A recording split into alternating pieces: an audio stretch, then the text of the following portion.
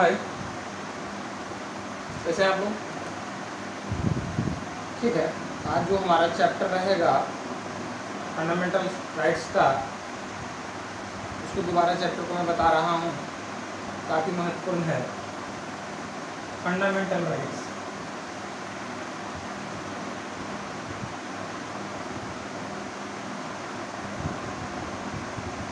Fundamental rights, ठीक है, जिसको कहा जाता है मौलिक अधिकार,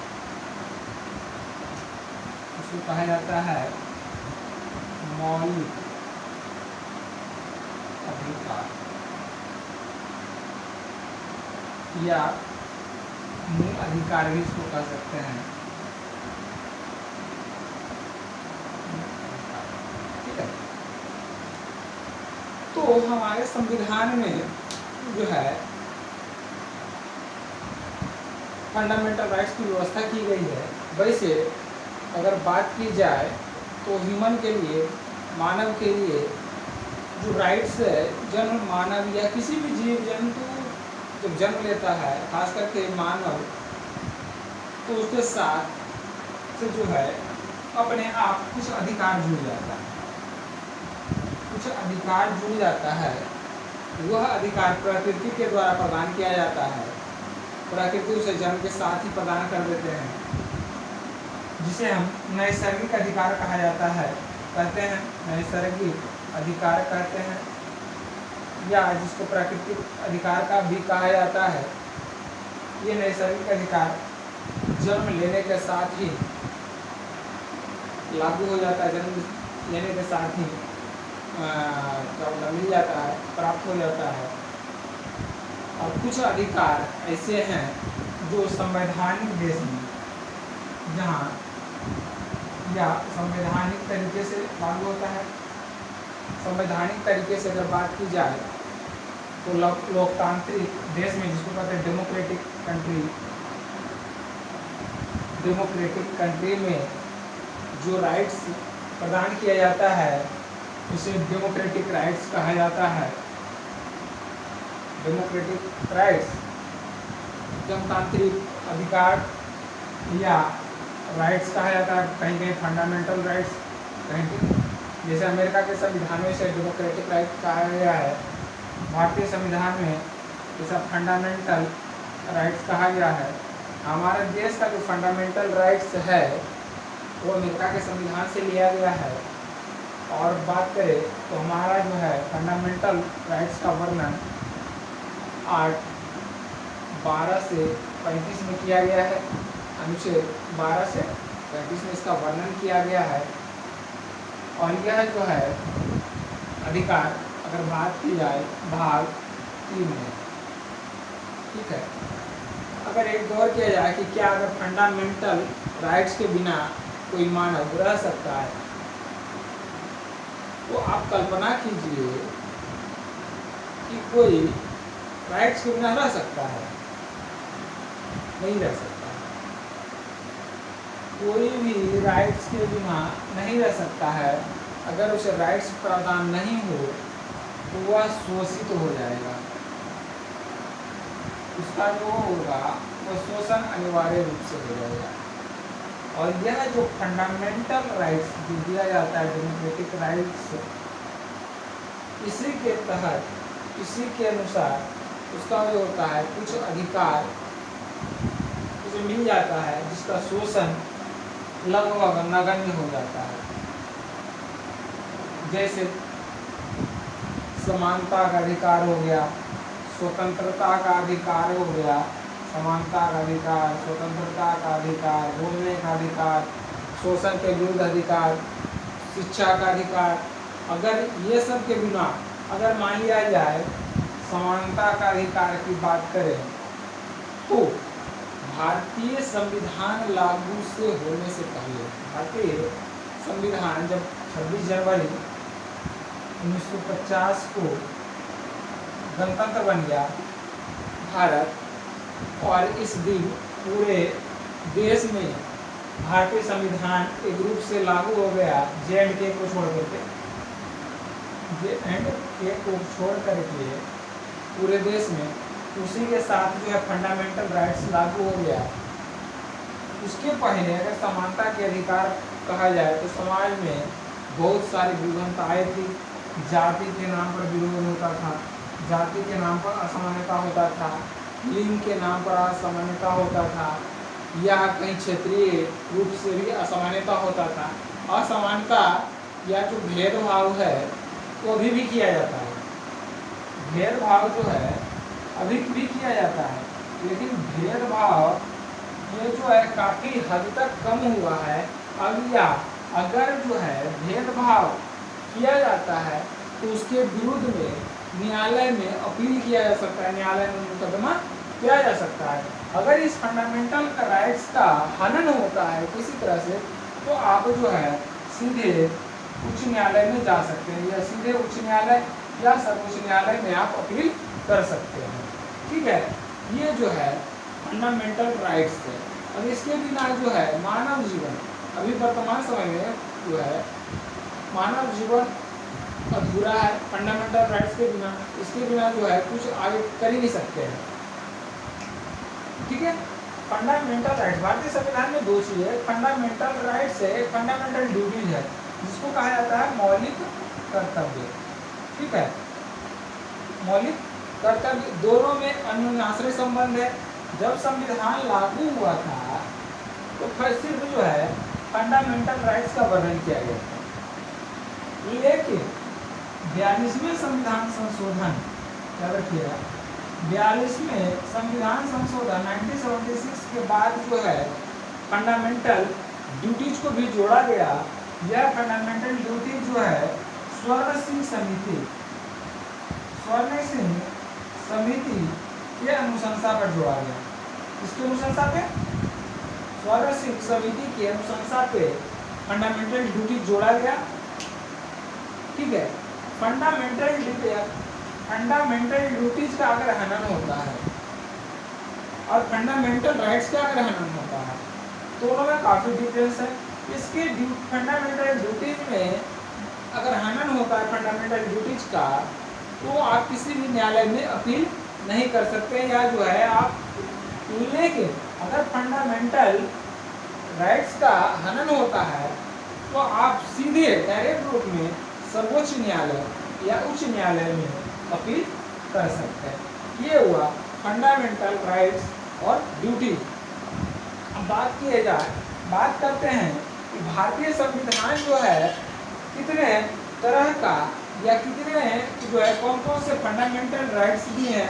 भारतीय संविधान में फंडामेंटल राइट्स कौन कौन हैं, तो इसका जो है विस्तृत रूप से चर्चा करेंगे। काफ़ी इम्पोर्टेंट चैप्टर है फंडामेंटल राइट्स का, और वैसे भी जो तैयारी करते हैं नहीं कर, फंडामेंटल ड्यूटी या राइट्स जो है हमें जानना ही चाहिए। ठीक है, फंडामेंटल राइट्स मौलिक वैसे भी जानना चाहिए, और हर एग्जाम वाले को तो फंडामेंटल राइट्स में कोई भी क्वेश्चन नहीं छोड़ना चाहिए। और बहुत सारे क्वेश्चन जो है फंडामेंटल राइट्स से दिया जाता है। ठीक है, चाहे वो कोई भी एग्जाम हो, स्टेट PCS हो, PCS हो, CSC हो, या TGT हो, या जो है वो वनडे एग्जाम, कोई भी वनडे एग्जाम हो, उसमें फंडामेंटल ड्यूटीज की चर्चा, फंडामेंटल राइट्स की चर्चा की जाती है। फंडामेंटल राइट्स क्या इसको कहा गया है, डेमोक्रेटिक राइट्स का कहते हैं। डेमोक्रेटिक राइट्स मूल अधिकार हिंदी में इसको कह सकते हैं,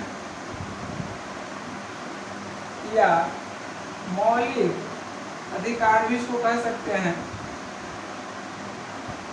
मूल अधिकार या मौलिक अधिकार भी इसको कह सकते हैं। ठीक है, भारतीय संविधान में जो इसकी चर्चा की गई है भाग 3 में 8, 12 से 35 8, 12 से 35 तक इसकी चर्चा की गई है मूल संविधान में। भारतीय संविधान में जो है 12 से 35 तक जो है 6 फंडामेंटल राइट्स दिया गया है।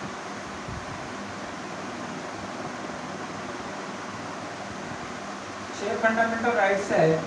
अगर प्रारंभिक संविधान की बात करें, प्रारंभिक संविधान जब जिस समय लागू हुआ उस समय 7 फंडामेंटल राइट्स था। फंडामेंटल राइट्स था 7।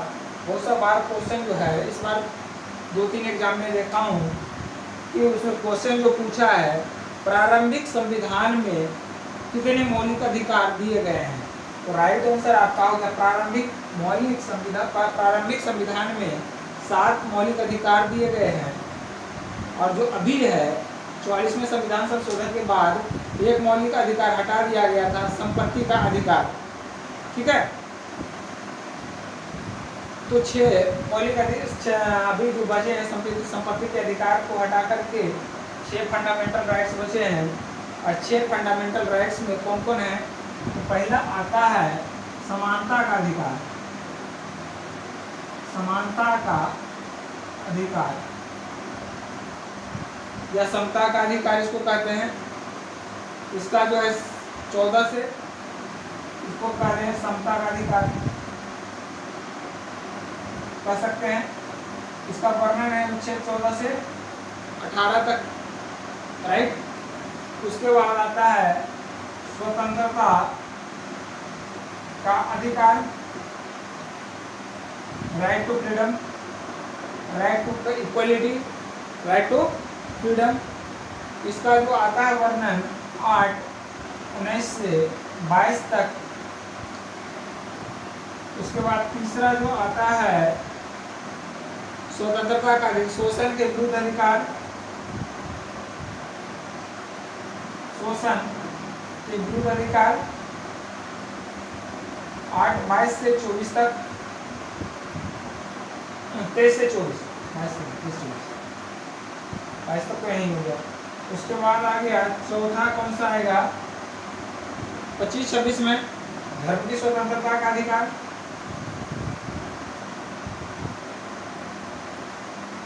धर्म की स्वतंत्रता का अधिकार।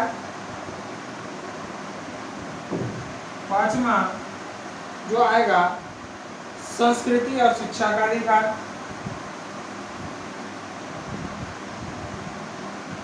संस्कृति और शिक्षा का अधिकार।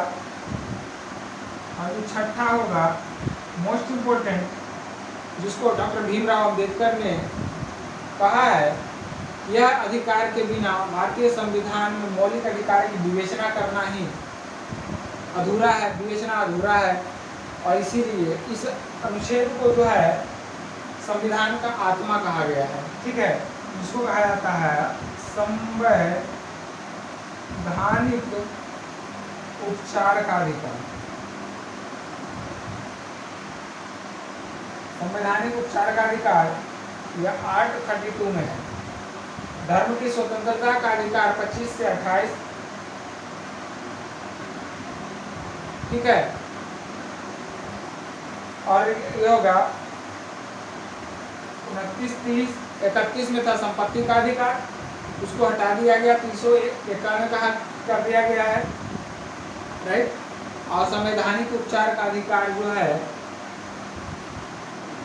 अनुच्छेद 32 में किया गया है। तो पहले नोट कर लीजिए, ठीक है। अगर बात करें तो कुछ मौलिक अधिकार जो है सभी के लिए, चाहे विदेशी नागरिक हो, विदेश से आने वाले घूमने वाले यात्री हों, या जो है विदेश से आकर रह रहे हों, या क्या होता है NRI हो, उसके लिए फंडामेंटल राइट्स लागू होता है। और कुछ ऐसे अधिकार हैं जो सिर्फ इंडियन के लिए लागू होता है। ठीक है, जो सिर्फ इंडियन के लिए लागू होता है, राइट।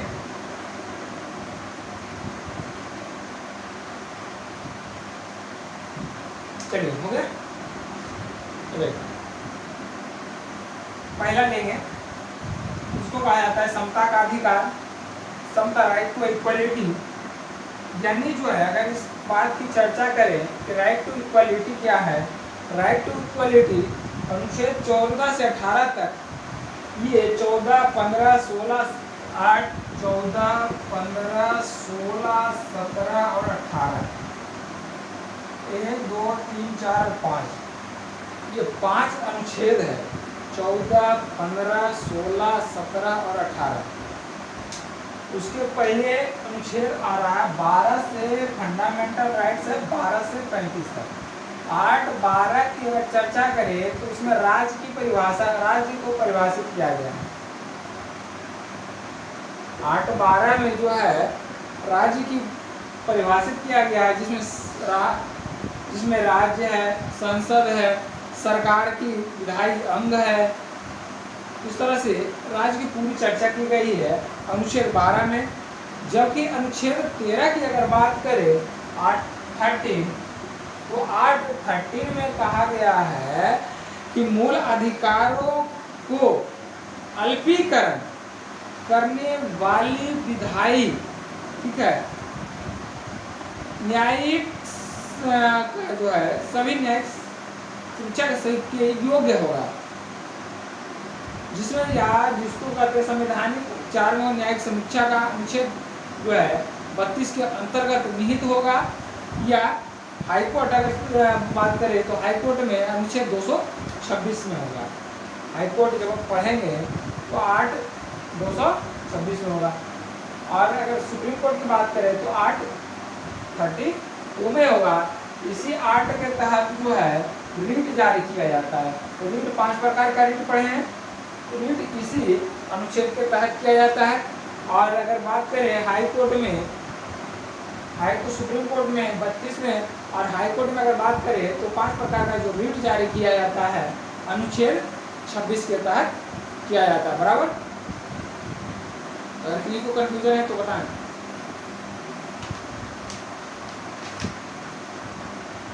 अब कहता है 8.14 में विधि के समक्ष समता का अधिकार।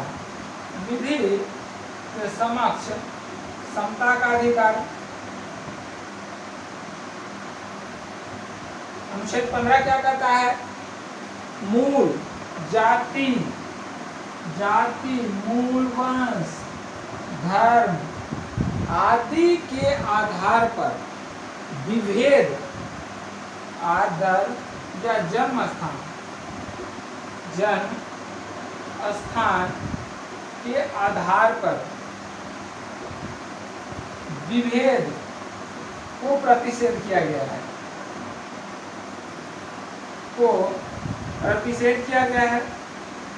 अनुच्छेद क्या बोलता है? 16 में लोक नियोजन में, सरकारी नौकरी कहते हैं, लोक नियोजन में अवसर की समानता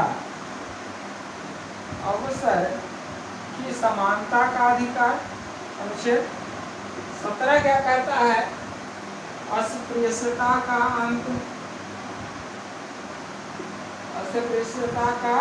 अंत। और अनुच्छेद 18 कहता है उपाधियों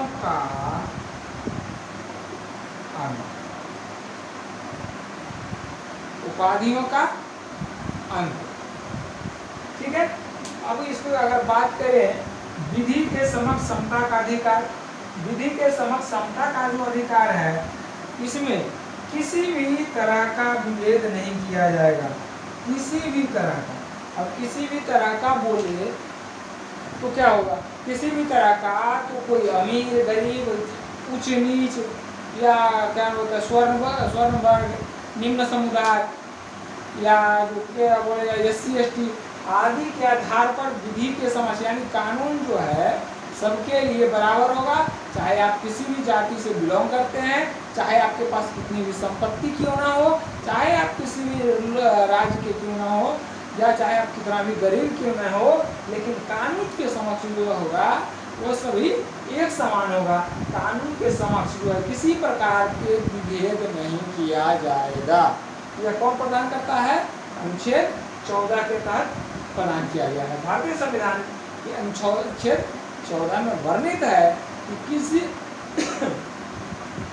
किसी भी तरह से जाति हो, धर्म हो, अमीर हो गरीब हो आदि के आधार पर किसी भी तरह से विभेद नहीं किया जा सकता है।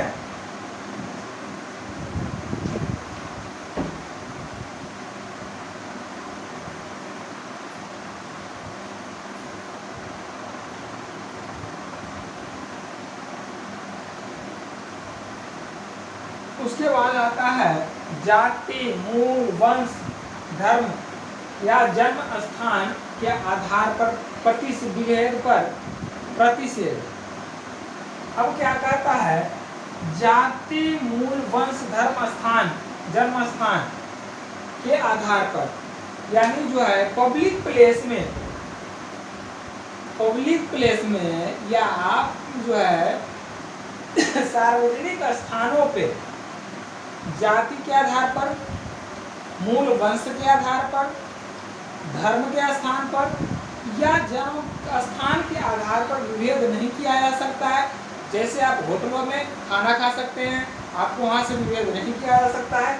अस्पताल में आपको विभेद नहीं किया जा सकता है कि आप इस जाति के हैं, आपका जन्म यहाँ हुआ, आपको विभेद नहीं किया जा सकता है। सरकारी जो है सार्वजनिक कुआं है, वहाँ पानी पी सकते हैं। मंदिर है, मंदिर में भी आ जा सकते हैं।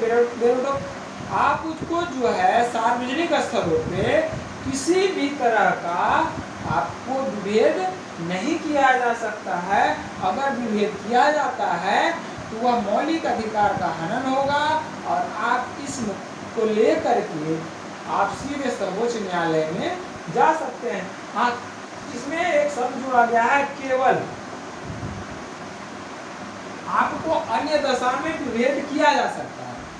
अब जैसे अन्य दशा में कि विभेद कहा जाए तो बालक या स्त्री, ठीक है, बालक और महिला।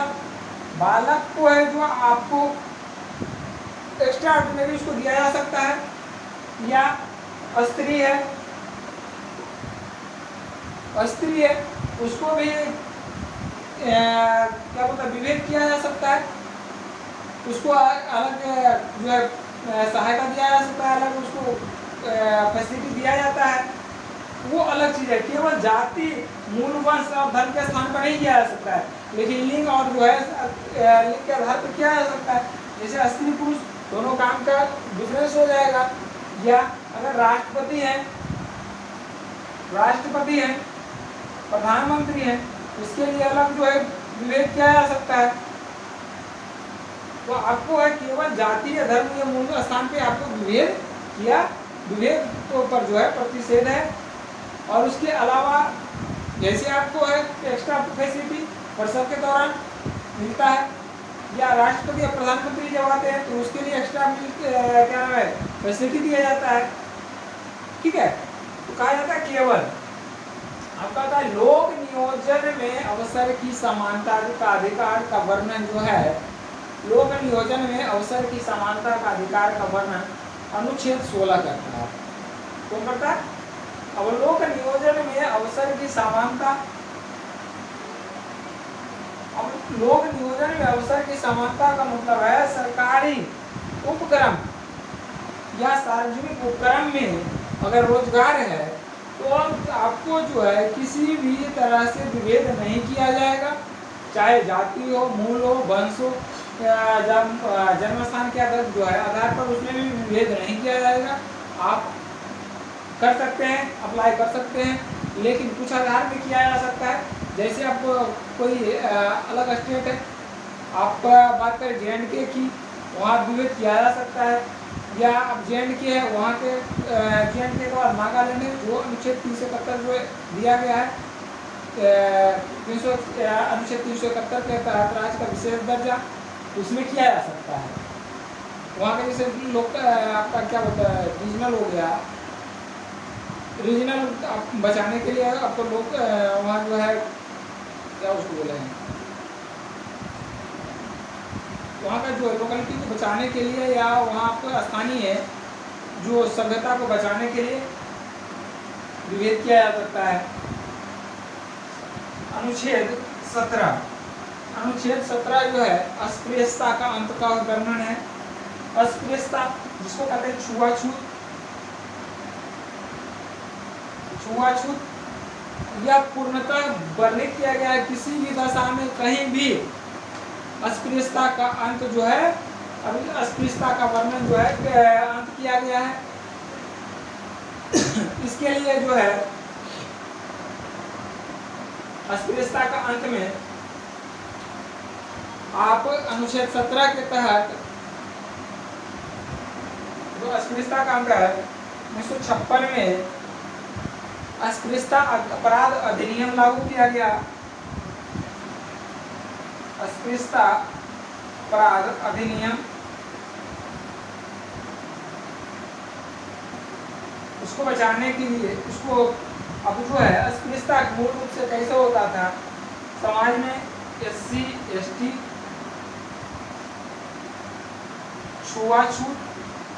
छुआछूत को खत्म करने के लिए संविधान में अस्पृश्यता जो है अनुच्छेद 14 लाया गया, 17 लाया गया, जिसमें अस्पृश्यता का अंत किया गया। और फिर भी अगर खत्म नहीं हो रहा था तो उसको खत्म करने के लिए 1956 में एक अधिनियम लाया गया, एक्ट लाया गया, जिसमें अस्पृश्यता अपराध अधिनियम कहा गया है। और यह जो है SC ST एक्ट के तहत जो है विशेष रूप से इसको फैसिलिटी दिया जाता है, यानी इसको जो है खत्म करने के लिए विशेष फैसिलिटी किया गया है। अस्पृश्यता अपराध अधिनियम ला करके यह जो है दंडनीय अपराध होगा। वैसे तो दंडनीय अपराध सब है, लेकिन मूल रूप से इसको व्याख्या करता है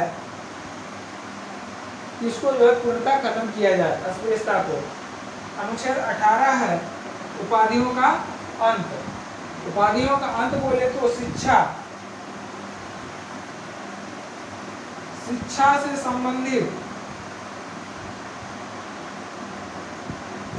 से संबंधित दिए गए उपाधि के अलावा कोई भी उपाधि को ग्रहण नहीं करेगा या कोई भी उपाधि को ग्रहण नहीं किया जा सकता है, ये सत्तादेश है। या अगर कोई उपाधि, इसके अलावा कोई उपाधि अगर अलग देश देता है या अलग जो है देश में दिया जाता है भारतीय नागरिक को, तो वह राष्ट्रपति के अनुमति के बिना वह धारण नहीं करेगा, वह उपाधि धारण नहीं करेगा। ठीक है, और कोई क्वेश्चन पूछ रहे थे? एक आता है 361 में क्रीमी लेयर है और नॉन क्रीमी लेयर है। नॉन क्रीमी लेयर, इसमें जब मंडल कमीशन आया था,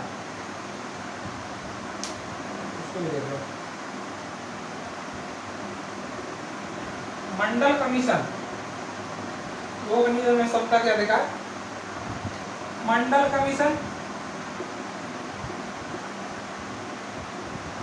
कमीशन ने ओबीसी के आरक्षण के लिए 27% आरक्षण की बात की थी। 27% आरक्षण की बात की थी मंडल कमीशन, जिसे लागू किया गया 1979 में।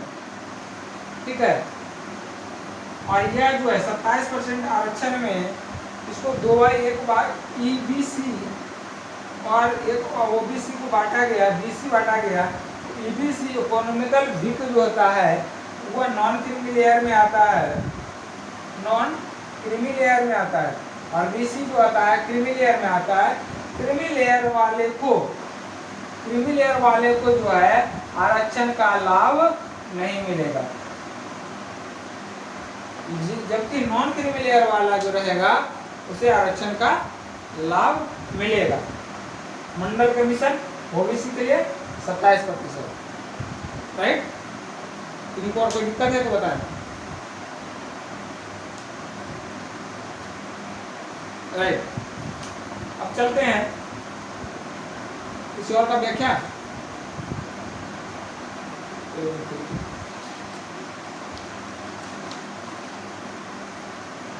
चलिए 8 जो है, इसके बाद आता है समता के अधिकार के बाद स्वतंत्रता का अधिकार।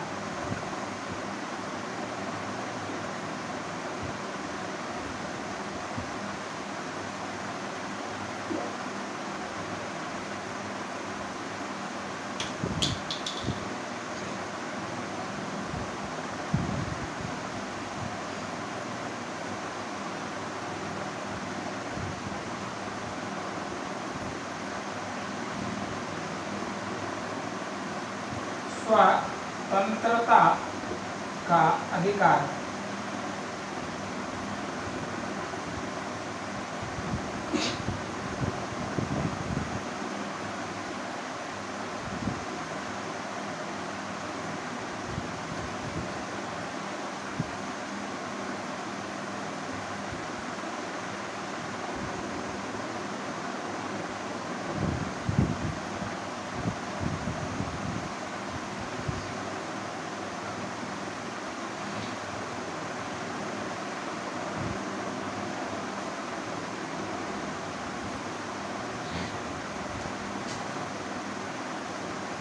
क्या कहता है? स्वतंत्रता का अधिकार, राइट टू फ्रीडम,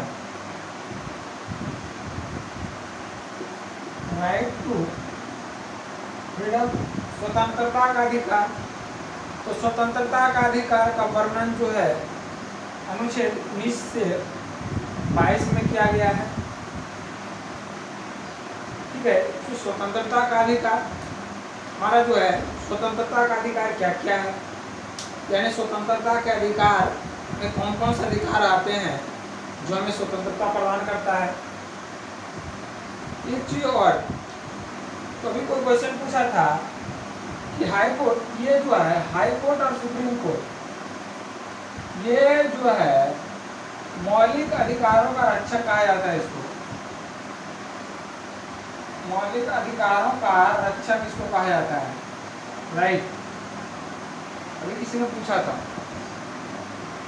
जब इसको जो अभिलेख न्यायालय है, जब सुप्रीम कोर्ट और हाई कोर्ट बताएंगे तब इसको बताएंगे। ठीक है, फिलहाल ये जान लीजिए कि सुप्रीम कोर्ट और हाई कोर्ट जो है फंडामेंटल राइट्स का रक्षक कहा जाता है, क्योंकि जो है फंडामेंटल राइट का हनन होने पर आप सीधे रूप से सुप्रीम कोर्ट और हाई कोर्ट में अपील कर सकते हैं, राइट।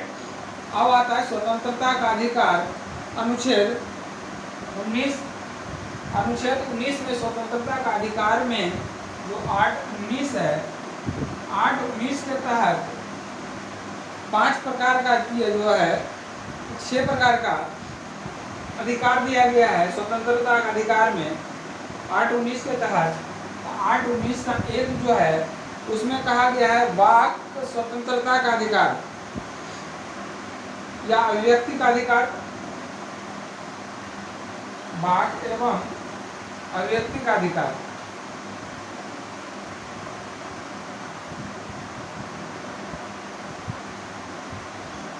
अनुच्छेद 19 के 2 में कहा गया है सम्मेलन का अधिकार, शांतिपूर्ण जो है सम्मेलन कहीं भी कर सकते हैं, शांतिपूर्ण, बिना हथियार के, बिना किसी गुटबंदी के, या देश की अखंडता या स्वतंत्रता तथा अखंडता को बिना हानि पहुंचाए हुए कहीं भी सम्मेलन कर सकते हैं, राइट।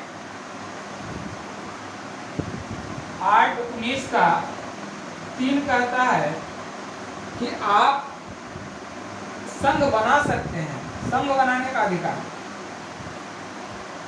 संघ बनाने का अधिकार।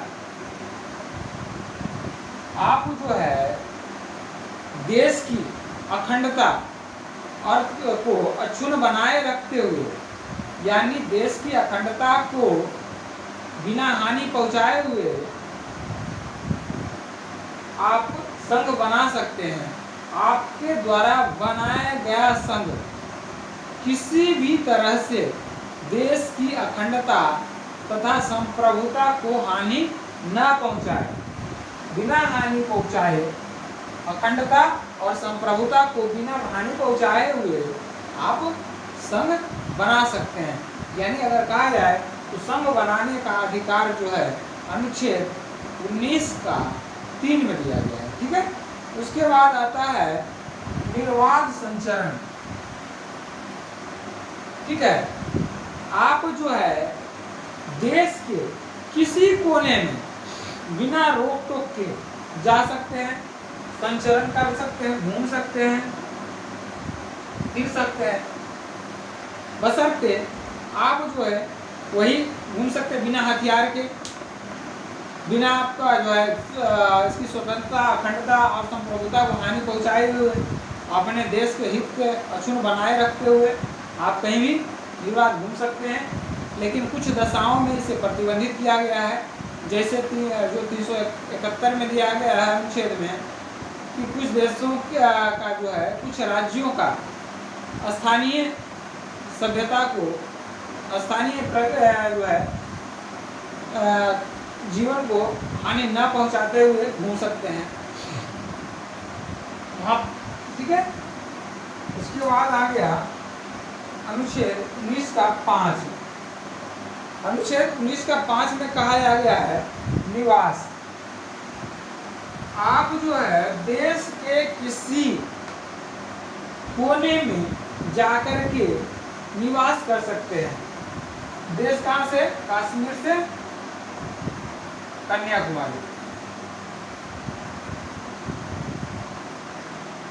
कुछ दशाओं में आप जो है कुछ राज्यों में आप निवास नहीं कर सकते, अस्थायी रूप से निवास नहीं कर सकते हैं, जिसे विशेष राज्य का दर्जा मिला गया है, जिसे अनुच्छेद 371 में वर्णित किया गया है, ताकि उसका जो है स्थानीय सभ्यता पर कोई प्रभाव ना पड़े, जनजातीय सभ्यता जो है बेकार ना हो, जनजातीय सभ्यता पर का हनन ना हो, उसका जो है रहन सहन में कोई बाधा ना उत्पन्न हो, इसके लिए वहाँ रहने पर प्रतिषेध किया गया है। जैसे नागालैंड में आप निवास नहीं कर सकते हैं, अरुणाचल प्रदेश में आप निवास नहीं कर सकते हैं, अस्थायी रूप से आप रह सकते हैं, लेकिन आप अस्थायी रूप से जमीन नहीं खरीद सकते हैं, रह नहीं सकते। जे अपने आप जमीन नहीं खरीद सकते हैं, लेकिन जब 370 खत्म हो गया है और 35 से, तो वहाँ जो है आप रह सकते हैं, निवास कर सकते हैं। लेकिन 371 का जो दिया गया है उसके तहत आप वहाँ नहीं रह सकते। कुछ राज्य नागालैंड खास करके हो गया, अरुणाचल प्रदेश हो गया इत्यादि में आप नहीं रह सकते हैं। उसके बाद हो गया अनुच्छेद 19 का 6 में कहा गया है वृत्ति। देश के किसी कोने में आप कोई भी रोजी रोजगार कर सकते हैं, कोई भी बिजनेस आप कर सकते हैं, बशर्ते आप देश की अखंडता को, देश की संप्रभुता को अक्षुण्ण बनाए रखिए।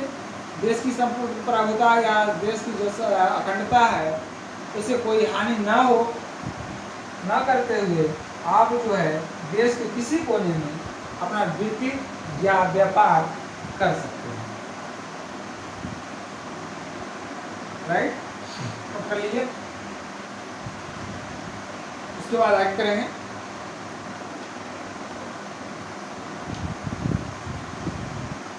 राइट। अनुच्छेद 19 में 6 प्रकार का अधिकार दिया गया है, ठीक है। और जो स्वतंत्रता का अधिकार 19 से 22 में किया गया है। चलिए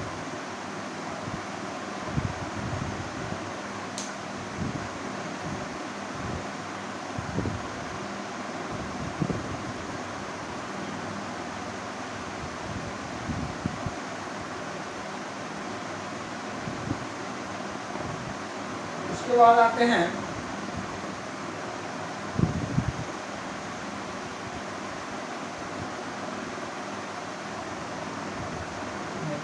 ना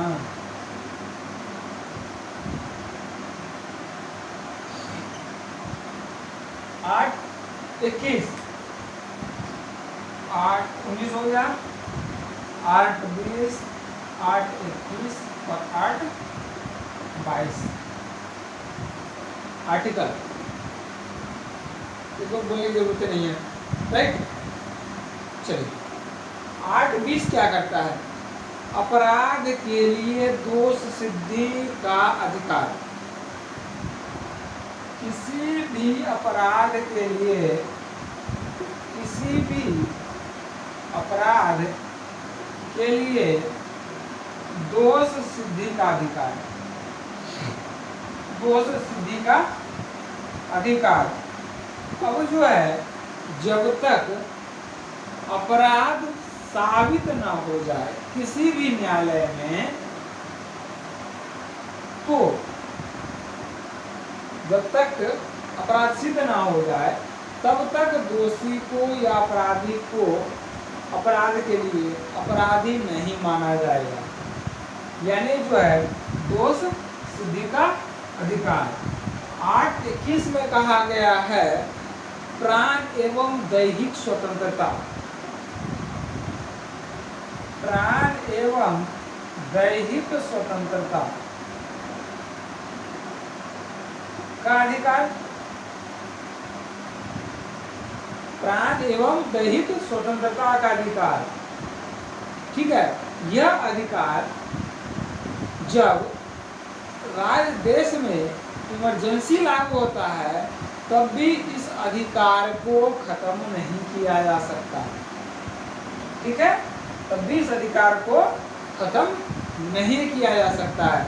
उसके बाद आता है अनुच्छेद 22, गिरफ्तारी के विरोध में, गिरफ्तारी एवं विरोध का अधिकार, विरोध का अधिकार। चलिए, उसके बाद सब पर विशेष रूप से फिर पूरे पर मैं चर्चा करूंगा।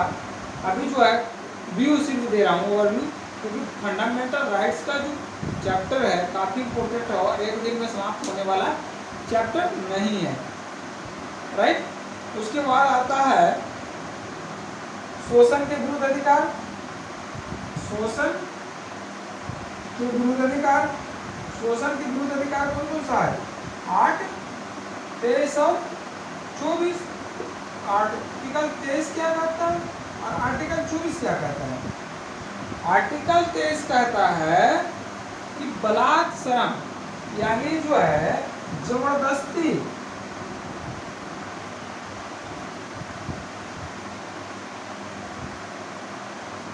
जबरदस्ती काम कराने पर विरोध करना, बलात्सरम निषेध। बेगार जिसको कहते थे, जबरदस्ती पहले करवा लेता था तो अब जबरदस्ती नहीं आपको करना पड़ेगा, तुम्हें करना पड़ेगा। नहीं भाई नहीं कर, क्यों नहीं करेंगे, क्यों नहीं करोगे? तो ये जो जबरदस्ती वाला जो है बेगार सिस्टम खत्म कर दिया गया। पैसा भी नहीं देंगे, तुमको मेहनत भी करना पड़ेगा, मजदूरी भी करना पड़ेगा, हमारा काम नहीं करना, सारा दिन काम करते रहो, मेहनत के नाम पर जियो। तो उस बलात्सरम को निषेध किया गया है। तीसरे अनुच्छेद 24 जो कहता है कारखानों में बच्चों की नियुक्ति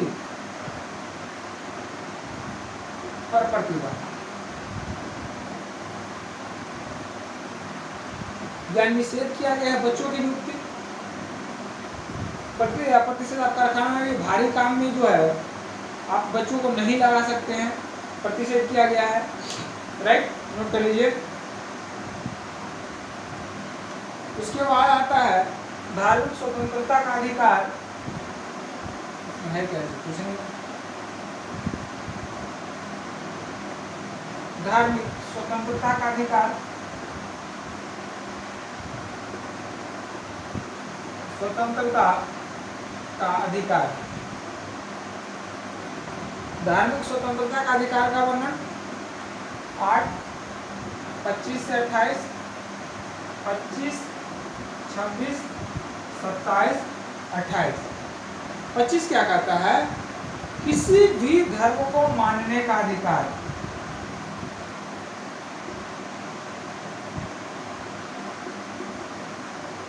मानने का अधिकार।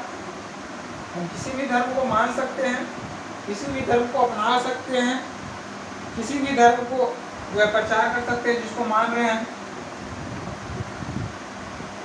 ठीक है, अनुच्छेद 25 का हम किसी भी धर्म को मान सकते हैं, इसके लिए छूट दिया गया है। और भारतीय संविधान में धर्मनिरपेक्ष कहा गया है। भारतीय संविधान में भारत को धर्मनिरपेक्ष राज्य कहा गया है। ठीक है, उसके बाद है धार्मिक कार्यों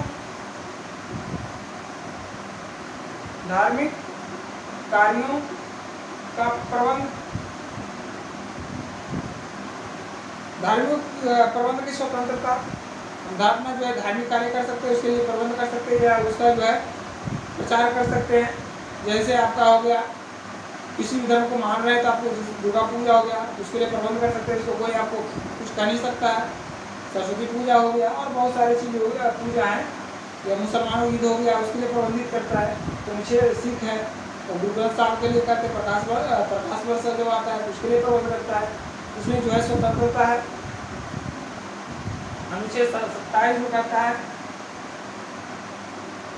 धर्म के लिए जो है धर्म कर्म समुदाय की छूट है। धर्म अभिक्रम में कर समुदाय में छूट है। अगर धार्मिक जो है कार्यक्रम में आप पे कर रहे हैं, दे रहे हैं, तो उसको आपको टैक्स का छूट है। ठीक है, उसके बाद है अनुच्छेद 28 धार्मिक शिक्षा,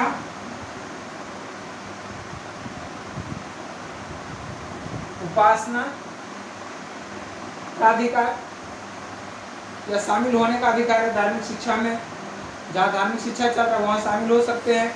धार्मिक उपासना जहाँ चल रहा है आप वहाँ शामिल हो सकते हैं। धार्मिक शिक्षा उपासना में शामिल होने का अधिकार या होने की स्वतंत्रता का अधिकार, राइट। उसके बाद आता है 5वां अधिकार संस्कृति एवं शिक्षा संबंधी अधिकार। संस्कृति एवं शिक्षा संबंधी अधिकार।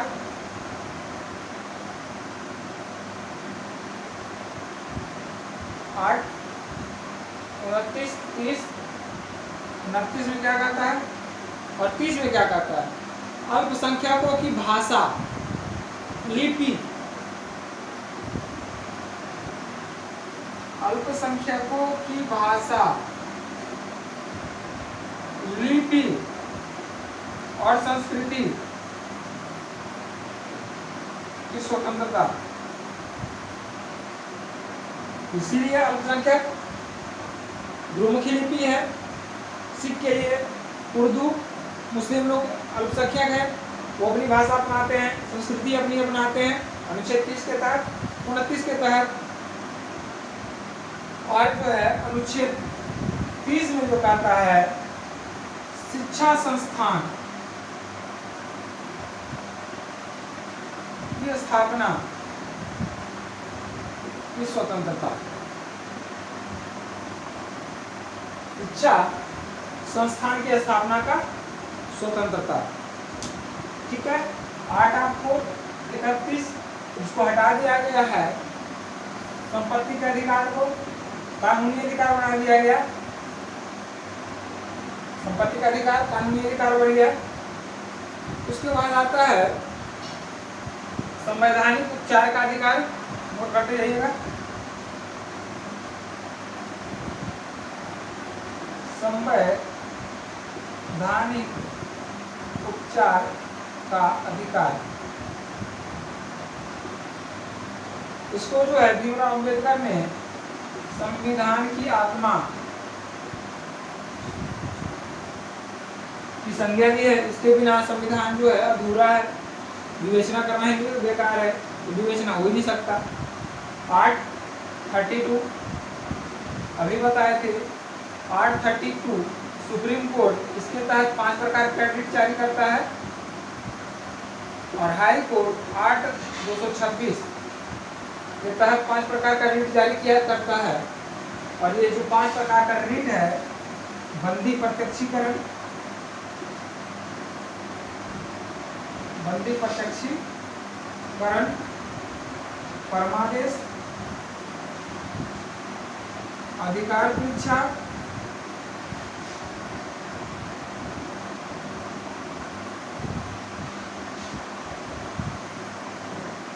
अधिकार की इच्छा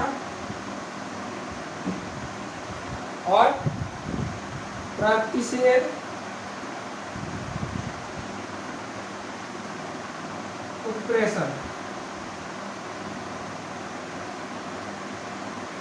ये 5 प्रकार का रीट अनुच्छेद 32 के तहत सुप्रीम कोर्ट जारी करता है। इस पांचों का चर्चा जो है अगले क्लास में होगा। फंडामेंटल राइट्स का एक एक आर्ट को विस्तृत रूप से चर्चा करेंगे। काफ़ी इंपॉर्टेंट है, काफ़ी क्वेश्चन इससे पूछा जाता है, चाहे आप डिस्प्यूट क्या बोलते हैं मेंस के लिए हो, परीक्षा के लिए, या प्रारंभिक परीक्षा के लिए, प्रारंभिक परीक्षा किसी भी एग्जाम के लिए हो, फंडामेंटल राइट्स का चर्चा जरूर किया जाता है। ठीक है, तो फिर अगले क्लास में मिलते हैं, राइट।